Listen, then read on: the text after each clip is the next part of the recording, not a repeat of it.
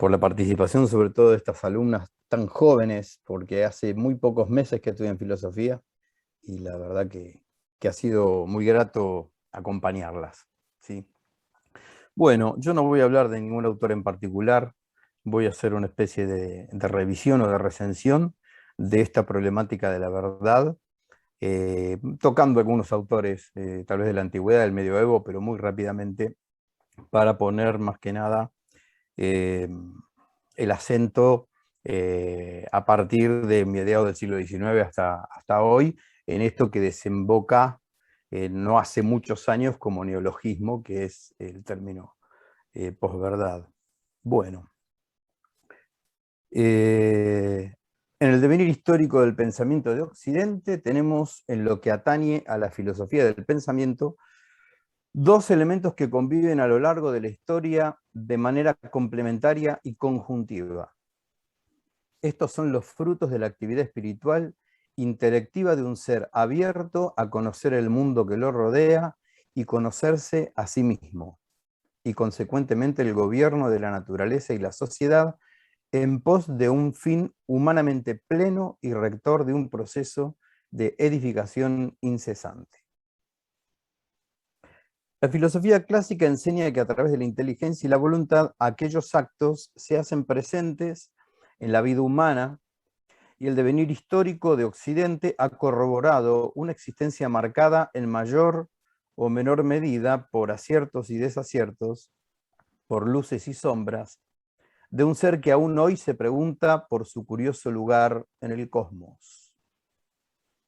Desde los antiguos griegos hasta nuestros días tenemos evidencia histórica, a su vez, de una doble intención respecto a la verdad que se da en la inteligencia, y que puede o no regir y ordenar a la voluntad hacia el bien asequible por ésta. Ya en la crisis política y filosófica del clasicismo griego se evidencia esa complementariedad, por momentos contradictoria, entre sofistas y amantes de la sabiduría, entre prestidigitadores de palabras e ideas, y entre indagadores de una verdad conquistable, a veces con el precio de la propia vida.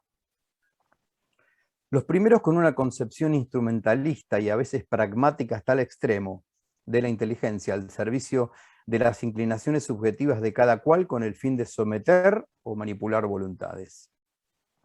Por otro lado, los amantes de la sabiduría, amigos de los hombres, pero más amigos de la verdad, como bien decía el Estagerita, a quien gustaba escribir nosotros los platónicos, ¿no? Eso así escribió Aristóteles en algunos de sus escritos. Se podría dar por inaugurado en aquel entonces la realidad pendular y tensa entre una inteligencia que muestra la voluntad del ser bajo razón de bien y una voluntad que sinérgicamente fuerza a la inteligencia a un constructo pseudoteórico para justificar una pasión desordenada, más amiga de las inclinaciones y apetitos que de las verdades dadas en el universo. Es allí precisamente donde se gestan de manera incoada las actuales filosofías que aparentemente habrían renunciado a conocer el núcleo inteligible de las cosas. Son aquellos sofistas antiguos los precursores del relativismo, del convencionalismo jurídico, del amoralismo, el utilitarismo y el pragmatismo que recién estuvimos escuchando, ¿no? Cerrados estos a la trascendencia del espíritu humano, negando toda posibilidad de ir más allá del aquí y ahora, espacios temporales, pero a su vez, paradojalmente, establecen esto infranqueablemente para toda época y cultura. En eso radicaba un poco el nivel de contradicción del que hablaba recién Virginia al principio de la ponencia, ¿no? Nuestra modernidad occidental pretendió inaugurar aquello del giro nociológico de la filosofía, en donde ya no interesaría el ser de las cosas, sino la idea que nos formamos de ellas.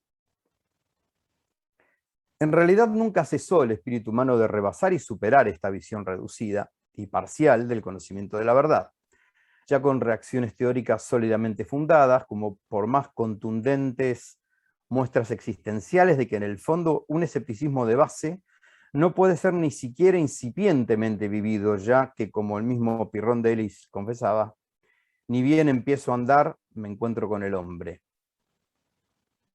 Es así que nunca deberíamos perder la visión de conjunto para entender el pensamiento occidental de todos los tiempos.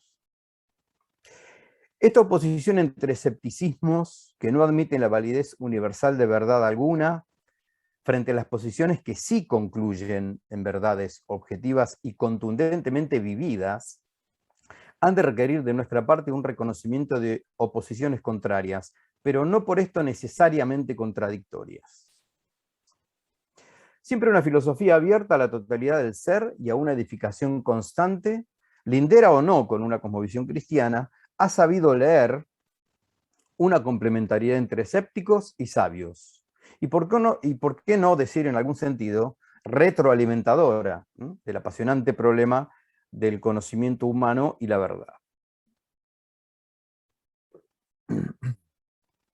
Es así entonces que cuando hoy nos topamos con el neologismo posverdad, con el cual se describe la distorsión deliberada de una realidad en la que los hechos objetivos tienen menos influencia que las apelaciones a las emociones y a las creencias personales. No habremos entonces de sucumbir ingenuamente ante una realidad que se presenta como sin precedentes en la historia, ni mucho menos. A esta definición que acabo de decir de posverdad, se le llama en filosofía generalmente voluntarismo. Es una de las maneras de voluntarismo. Y no solo que hunde sus raíces en la antigüedad, sino que, por decirlo de algún modo, ha serpenteado en la historia, haciéndose a veces más evidente en la conciencia de los pueblos o también ocultándose subterráneamente para irrumpir, especialmente en los momentos de crisis y decadencia cultural. Ha sido especialmente voluntarista el siglo XIX, que no solo ha visto el mundo como una mera representación y voluntad al modo de Schopenhauer, sino que ha terminado con la objetividad del mismo, producto de una mera autopercepción de un espíritu absoluto que no tiene cómo ni a dónde salir de sí mismo, abonando así un inmanentismo aniquilador de la naturaleza transfísica del espíritu y cerrado a la infinitud del orden creado. No menos voluntaristas han sido los intentos de superar ese idealismo absoluto por parte de las corrientes centroeuropeas del pensamiento del siglo XX.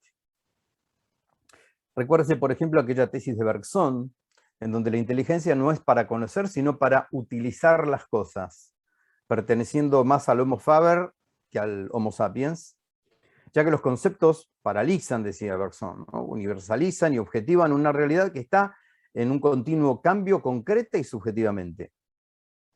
En una palabra, la actividad intelectiva no estaría hecha para aprender el ser, sino solo para manejarlo y utilizarlo desde fuera. Es así como arribamos desde hace algunos pocos siglos a un tipo de conocimiento científico que, desentendiéndose del aspecto ontológico de la realidad, únicamente se detiene en el fenómeno para descubrir sus leyes, maneras de comportamiento y organizarlas en teorías para someter las fuerzas naturales a la actividad humana. En una cosmovisión cristiana del pensamiento del hombre subyace un abono filosófico que no debe permitir desbalancearse con lo anteriormente dicho, olvidando que si el mundo resulta predecible y manejable, es porque, y por sobre todo, es antes comprensible. Es decir, captable por la inteligencia, en cuanto núcleo manifestativo del propio ser, que se devela transfísicamente al espíritu humano. Primero esto y después resulta predecible, manejable, o lo que fuere. El lograr siempre sigue al ser, esto es así. Volviendo al actual término post-verdad, al observar el prefijo post, estaría la pretensión de haber dejado atrás algo de lo que en realidad no logrará evadir ni siquiera incipientemente la idea. Ya que a la pretendida superación de una concepción dogmática y universal de verdad, le antepone la propia, sin renunciar a los principios lógicos del pensamiento, ni a la subsiguiente sindéresis que gobierna la inteligencia práctica. Es decir, la concepción de una base teórica en posverdad implica un modo de actuar en base a ello, ¿cierto? Si el verdadero bien fuese lo deleitable o placentero o conveniente, a efectos prácticos y gobernadores de las cosas, pareceríase haber arribado entonces a una conclusión tan teórica y sólida como de las que se presume haberse desembarazado.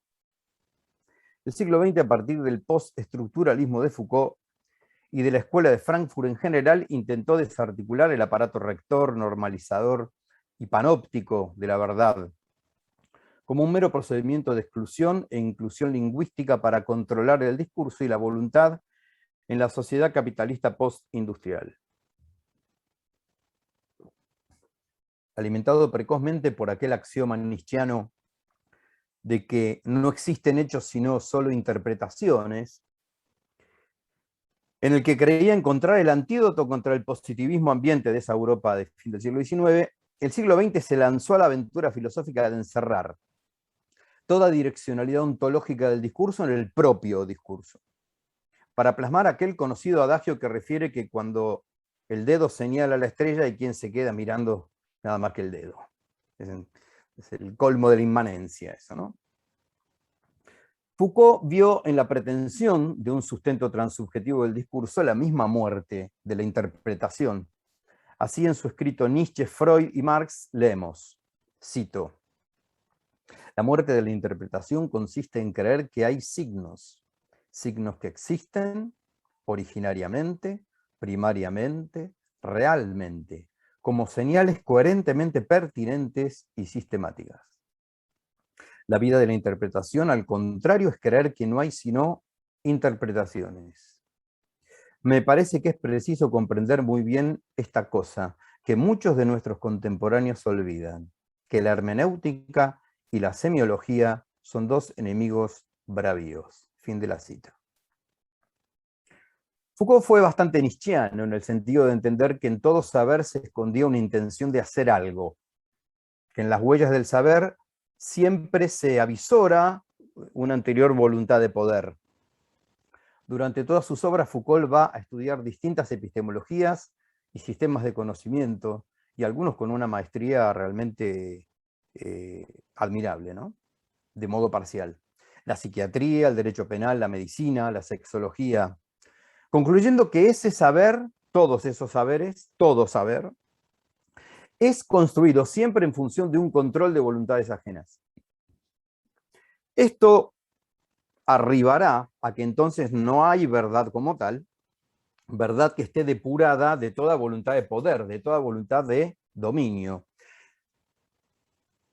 Ante este pretendido hallazgo, y con ánimo de no dejarnos arrastrar filosóficamente a balanceo ninguno, plantearíamos lo siguiente como pregunta. Es decir, si toda verdad y todo saber están sujetas a responder a un poder, ¿a qué poder responde esta afirmación? De que toda verdad y saber responden a un poder. Esa filosofía que pretendió ser emancipadora de sistemas opresores de pensamiento y de acción, solo generó una emancipación del poder de la verdad, privándola a esta de su fuerza correctiva y edificante, dejando por consiguiente al oprimido en manos de un opresor nihilismo relativista, es decir, a un oprimido más vulnerable que nunca. En este marco histórico referencial de toda imposibilidad de objetividad, es en el que se inscribe, en mi opinión, el actual concepto de posverdad. Es decir, ese postestructuralismo generó esta sociedad que podríamos llamar sociológico y filosóficamente posmoderna. Hay en esta posverdad una relativización de la veracidad, una banalización de la objetividad del conocimiento y, sobre todo, la supremacía de un discurso emotivo que viene a sustituir todo lo otro. La posverdad no sería sin más sinónimo de mentira, sino que describiría una situación en la cual, a la hora de crear y modelar la opinión pública, los hechos objetivos tienen menos influencia que las apelaciones a las emociones y a las creencias personales. Vamos a dar algunos ejemplos. En agosto de 2016, antes de que arrancasen los debates presidenciales en la campaña de Estados Unidos, hasta la víspera de la jornada electoral, las plataformas de verificación, tema este, a Foucault le hubiera encantado eso, esas plataformas de verificación, en ejercicio del que se denomina el fact-checking, contabilizaron hasta 217 falsedades en los discursos e intervenciones de los candidatos. El 79% atribuibles al candidato republicano y el 21% a la candidata demócrata, a Hillary. La unidad de datos de Univision Noticias en Miami determinó que una semana antes de la elección presidencial, por cada mentira de la candidata demócrata, el republicano esparció 4. Habría que aplicar a su vez el fact-checking a esta unidad de datos. Sabemos que ganó Trump, en definitiva, ¿no? Bien. Otro caso. En la Europa. Sabido es que los datos utilizados antes del referéndum por los partidarios del Brexit para convencer a los ciudadanos británicos de la conveniencia de abandonar la Unión Europea eran en sí mismos falsos y además mentiras, desde el momento en que eran difundidos por los primeros a sabiendas de su falsedad. Referíase a los mismos en términos de posverdad. No deja de ser una forma de tomar gato por liebre, perdón por la expresión, ¿no? Sin intención abusiva de mi parte, traería en referencia a este problema un ejemplo más, en donde se pueden ver las consecuencias inconmensurablemente costosas de una manipulación de los principios. Los protocolos de los sabios de Sion, una fabulación contra el judaísmo redactado durante la última época de la Rusia zarista, resultó una de las palancas más falsarias empleadas por Hitler para introducir en el periodo de entreguerras el antisemitismo en Alemania y en otros países europeos que aún se están pagando esas consecuencias, ¿no? En realidad, todos los movimientos políticos y las clases dirigentes convencionales en las democracias liberales y representativas echan mano muchas veces de los elementos más sentimentales que racionales y no solo se aprovechan del malestar, sino que coadyudan decisivamente a crear ese malestar y muchas veces a magnificarlo. Es así como en países como el nuestro, el populismo de ahora y de siempre, ha manejado más las persuasiones emotivas que los criterios de racionalidad y veracidad. Yo, viendo los eslogans de la última elección, esta que las PASO, los eslogans eran aterradoramente emocionales. No había otra cosa que arengas casi infantiles por momentos, ¿no? Volviendo a lo que estrictamente nos convoca filosóficamente, es decir, la verdad como problema. A la hora de fecundar equilibradamente dicha empresa, no hemos de olvidar el invalorable aporte de la modernidad en la inclusión promisoria y realmente edificante de lo experimental, como elemento metodológico imprescindible en una seria búsqueda de la verdad. Sabido es lo complejo de la inteligibilidad de lo singular, con sus ajustes, contrastes y por qué no misteriosas perplejidades que imprimen el espíritu la singularidad entitativa de lo real. Cuando no olvidamos en una filosofía verdaderamente plena e integral que lo real se abre a la inteligencia como un abanico multidireccional y como a algunos les gusta llamar poliédrico, ambas analogías visuales no podrían darse sin un centro común a esa multiplicidad derivada de esa forma. La verdad multiforme jamás se ha presentado como caótica, sino, y me permito redundar con el adjetivo, misteriosamente armónica, coherente y progresivamente edificante, ya lo dije arriba. Voy terminando.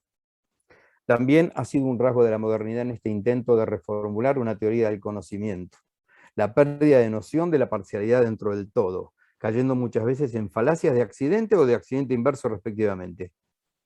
Refiriéndome estoy tanto a rápidas generalizaciones, cuando no a reduccionismos no menos apresurados, a la hora de resolver un sistema de pensamiento que agote la realidad y abra el campo de la investigación.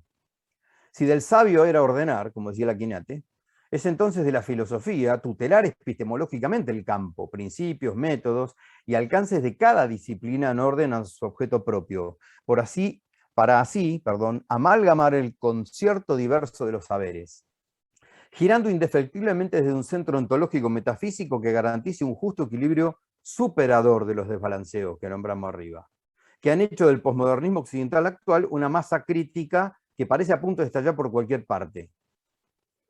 No puedo dejar de mencionar la aplicación de estas problemáticas en el campo académico. Mi vocación es más fuerte que yo.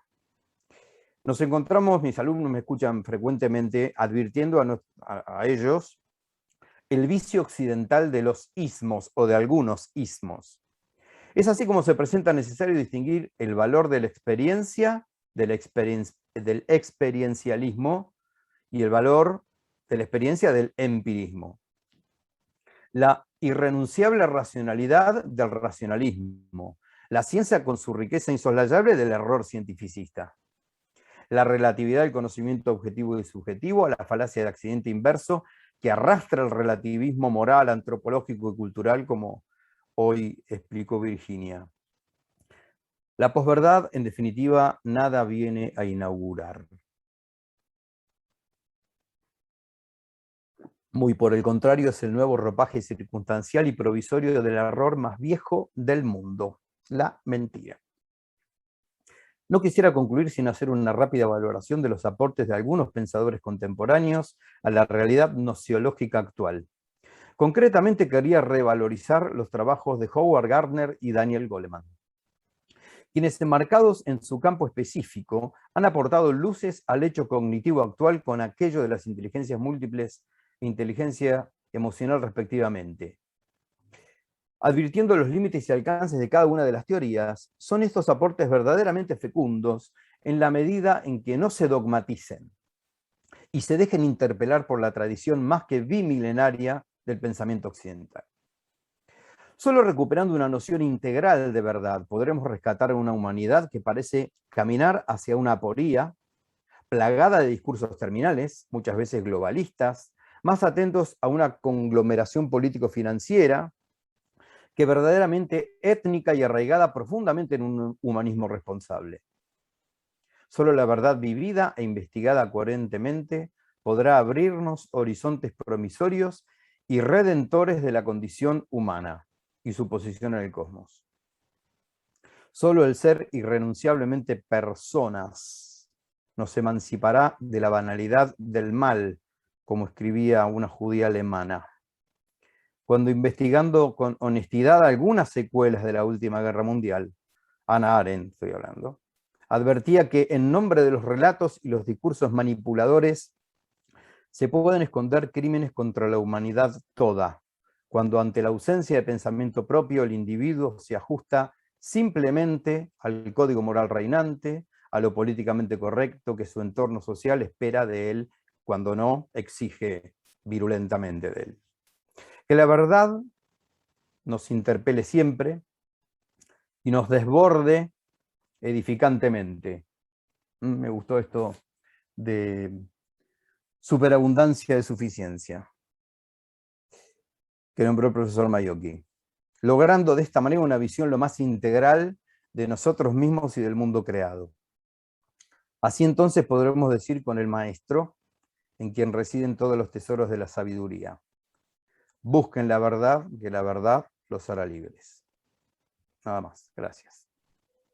Gracias, Marcelo. A ustedes. Bueno, a ver si hay alguna pregunta.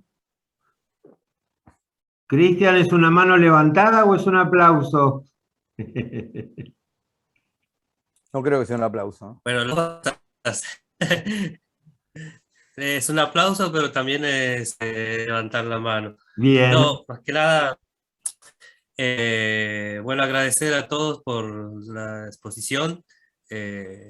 Para todos creo que es dando la docencia, pues, que enriquece mucho y es, para trabajar, para que, bueno, nuestros alumnos busquen, ¿no?, la verdad sobre todo, y bueno, conozcan lo que como lo de la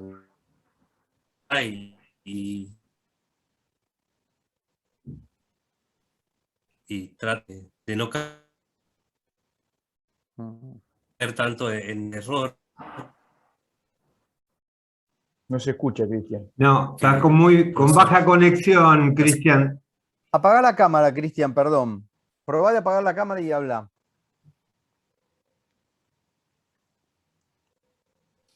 No parece. Se nos fue Cristian. Se nos fue del todo, me parece.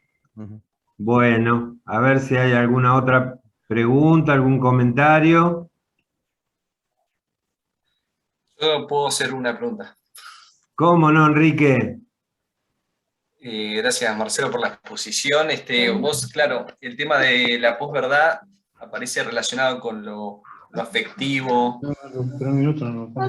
sobre los hechos objetivos, digamos, ¿no? En la definición, al menos de Oxford y la que retoma la RAE.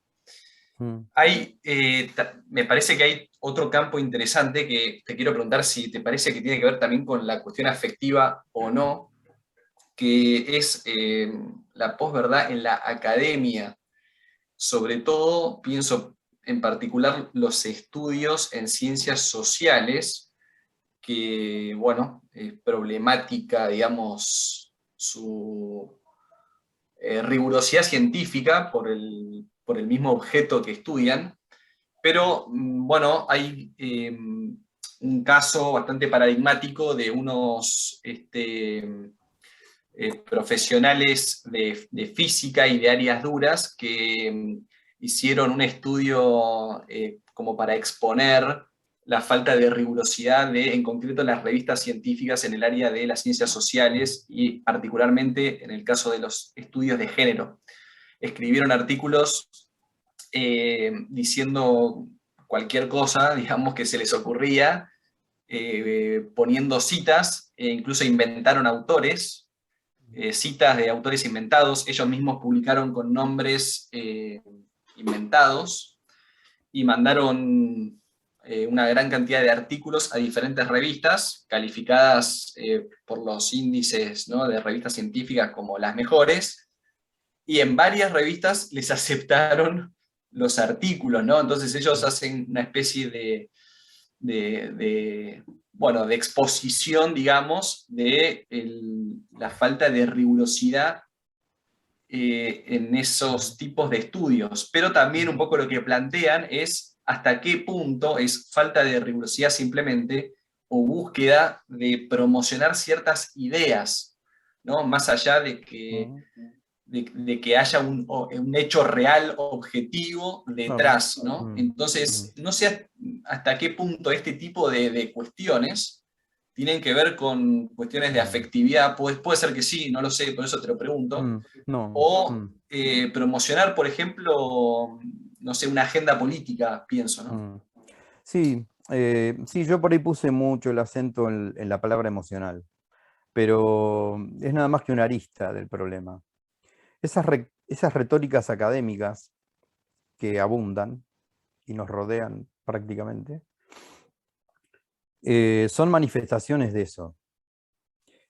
Me hacías acordar a un ámbito no tan riguroso como el académico, que son las charlas TED. Las charlas TED, si vos las chequeás en lo de uno, cuando hablan de filosofía o en lo que uno esté formado, el 60% de las cosas son fact-checking, son fake news. O sea, no está fundamentado lo que está diciendo, son frases inventadas, bueno.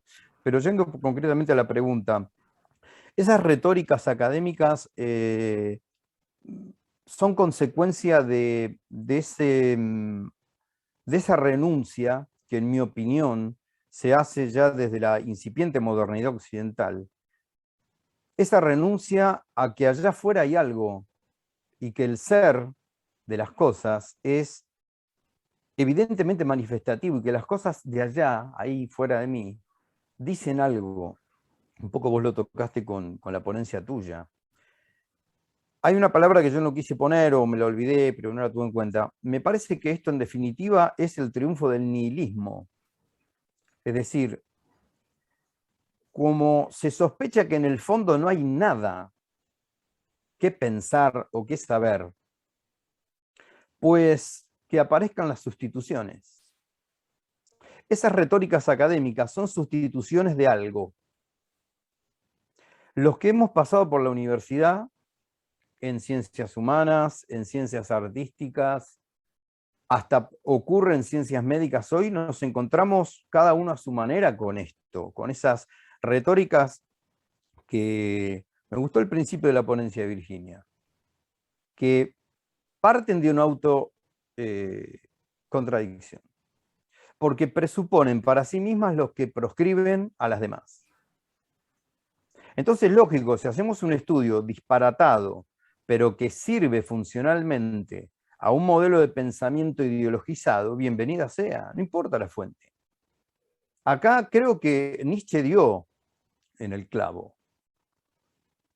Cuando en Zaratustra dice que el hombre es una cuerda entre la bestia y el superhombre. Todo vale hasta llegar a ese superhombre, que es una mera voluntad de poder. Vos fijate que cuando el lobby LGBT pone a Guevara, al Che Guevara como símbolo, ante la objeción de que Guevara encarcelaba homosexuales, ellos dicen que no importa.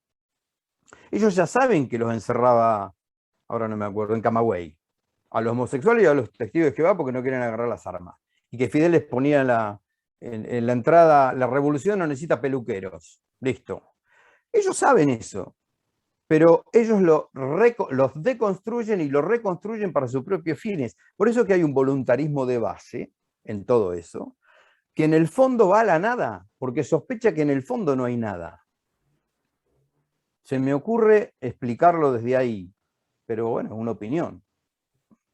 Puede ser muy discutible. Alejandro. Sí, bueno, muchas gracias, Marcelo. Me gustó el desarrollo. Creo en sintonía un poquito con lo que decía el profesor Mayocchi, que lo estoy viendo.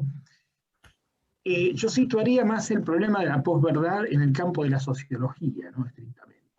O sea, yo creo que es un problema de tipo más bien sociológico. Es decir, yo no creo que la filosofía esté, así como recién hablábamos un poco entre la conexión directa entre Duns Scoto y Occam, digamos, uno nunca puede establecer puentes directos.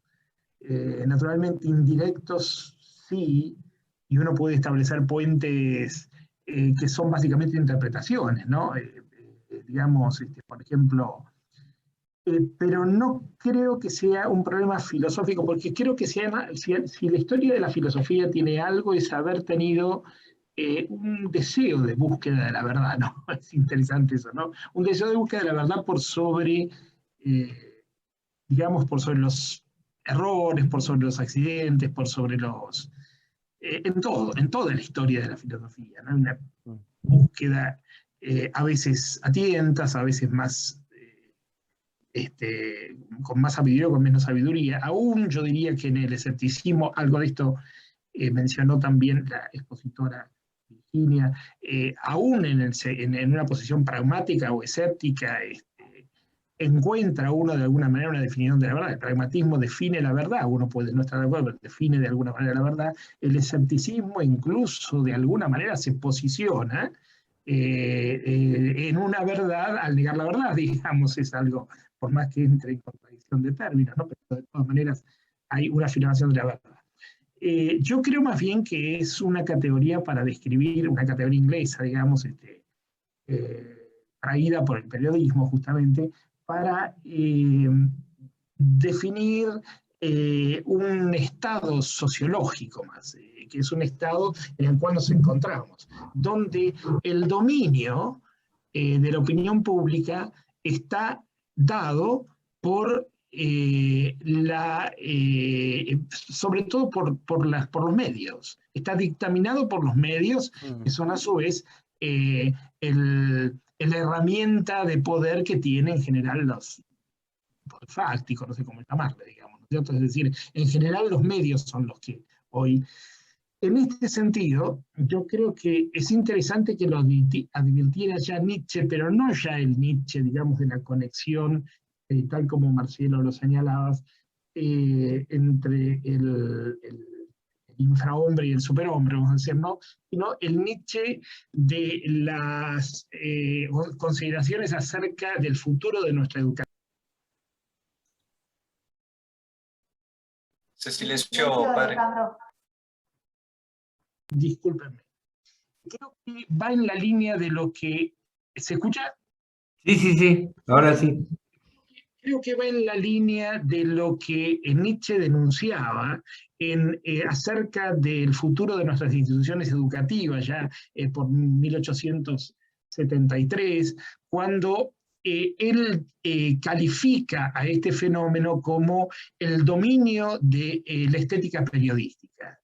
es interesante esto. El dominio de la estética periodística es lo que hace, incluso lo dice de esta manera, es lo que hace que los académicos que pasan por la universidad en la búsqueda de la verdad y hacen un esfuerzo enorme por el llegar a la verdad, terminan sirviendo a los medios de prensa, que son los que los contratan y los que les pagan.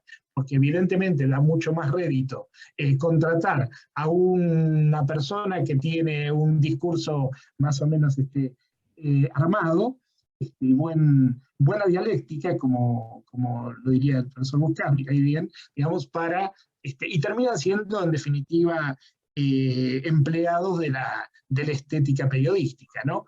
Que es un océano de 5 milímetros de profundidad, digamos. Entonces, me da la impresión, digamos, de que el problema más bien yo lo focalizaría o lo pondría en relación no tanto con la filosofía perennis, en cuanto que veo a la filosofía como una búsqueda de la verdad, pienso en personas que han sido extraordinarias en ese sentido, como puede ser Einstein, supongamos, ¿no? Y que viene de una tradición completamente diversa, y no lo pondría tanto, lo pondría en todo caso más bien como una descripción sociológica. Es un comentario, vamos a decir, ¿no es cierto? Pero me parece que el origen también de la palabra posverdad es interesante rastrearlo, porque viene por ese lado también, es el periodismo el que la ha impuesto. Solo un comentario. Y muchas gracias, muy claro.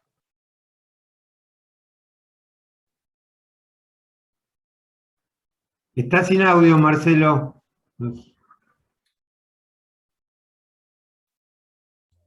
Bueno, que dije que gracias, Alejandro.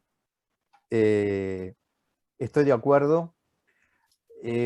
A nivel complementario, no poniéndome lo que decís, yo sería más gramsciano, sin ser marxista ni neomarxista, en el sentido de que, en mi opinión, esto que impacta sociológicamente, no me cabe la menor duda, antes que filosóficamente, la cuestión de la posverdad, yo creo que es una de las tantas consecuencias de lo que sí se genera filosóficamente en esa corriente asistemática de pensamiento que no es una escuela, que es el posmodernismo. Es decir, tanto la escuela de Frankfurt como posteriormente la escuela de Chicago, Foucault, Derrida, Bátimo, Deleuze, Guattari, Rorty, Lyotard, contribuyen a una deconstrucción y, en mi opinión, una destrucción de la verdad, que una vez que eso se dinamita,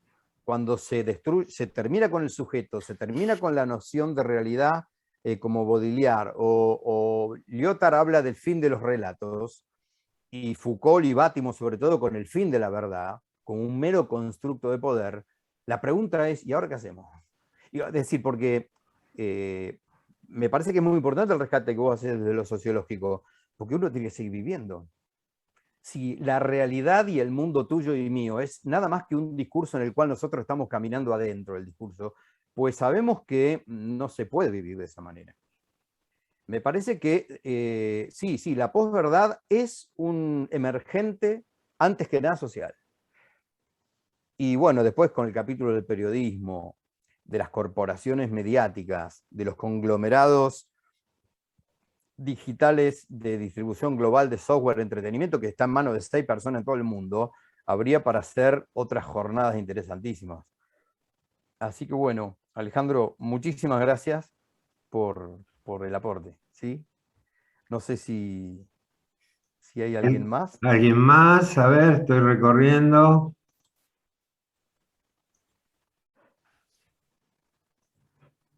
Bueno, Marcelo, creo que no hay nada más.